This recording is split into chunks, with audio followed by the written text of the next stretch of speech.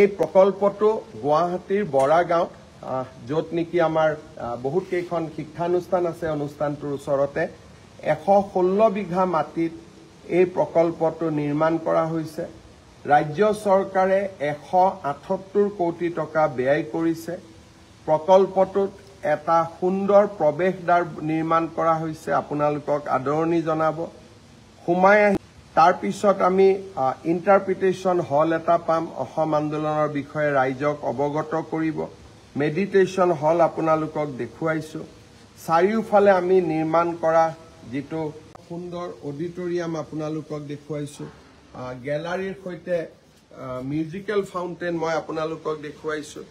117 বিঘা মাটিতে চাৰিওফালে নিৰ্মাণ কৰা সাইকেল ট্ৰেক ৰাতিপুৱা সাইকেল কৰিব পাৰিম আৰু আমি ৰাতিপুৱা মৰ্নিং ৱাক খোজ কাঢ়িব পাৰিম ভিতৰত সোমাই অহাৰ পিছত দুটা ফ্লোৰ আমি খোজ কাঢ়ি উঠাৰ পিছত 13টা ফ্লোৰ আমি লিফটেদি উঠিম যেটো আমাৰ শিখৰৰ সৰ্বোচ্চ স্থান হ'ব আৰু প্ৰায় 15টা ফ্লোৰৰ বিল্ডিং এটাক যদি 15 ফ্লোৰৰ লগত তুলনা কৰে 15টা ফ্লোৰ সংযোগ কৰি এই বিশাল শহীদ স্মাৰক প্ৰকল্পটো নিৰ্মাণ কৰা হৈছে মই এক্স্যাক্টলি 15 ফ্লোৰত আছো অৱশ্যে 2 পৰা 15 ফ্লোৰৰ মাজত একো নাই ই মাত্ৰ শিখৰৰ শৃংগত আৰোহণ কৰাৰ বাবে এটা ব্যৱস্থা আৰু চাৰিওফালে নান্দনিক পৰিবেশৰ মাজত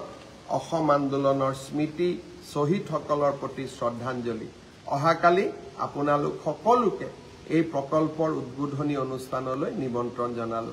জয় অসম বহুত বহুত ধন্যবাদ এই প্ৰকল্পটো গুৱাহাটীৰ বৰাগাঁও য'ত নেকি আমাৰ বহুত কেইখন শিক্ষানুষ্ঠান আছে অনুষ্ঠানটোৰ ওচৰতে 116 বিঘা মাটিত এই প্ৰকল্পটো নিৰ্মাণ কৰা হৈছে ৰাজ্য চৰকাৰে 178 কোটি টকা ব্যয় কৰিছে প্ৰকল্পটোত এটা সুন্দৰ প্ৰৱেশদ্বাৰ নিৰ্মাণ কৰা হৈছে আপোনালোকক আদৰণি জনাব সোমাই তাৰ পিছত আমি ইন্টাৰপ্ৰিটেশন হল এটা পাম অসম আন্দোলনৰ বিষয়ে ৰাইজক অৱগত কৰিব মেডিটেশন হল আপোনালোকক দেখুৱাইছো চাৰিওফালে আমি নিৰ্মাণ কৰা যেটো সুন্দৰ অডিটৰিয়াম আপোনালোকক দেখুৱাইছো গ্যালাৰীৰ সৈতে মিউজিকেল ফাউন্টেন মই আপোনালোকক দেখুৱাইছো 117 বিঘা মাটিতে চাৰিওফালে নিৰ্মাণ কৰা সাইকেল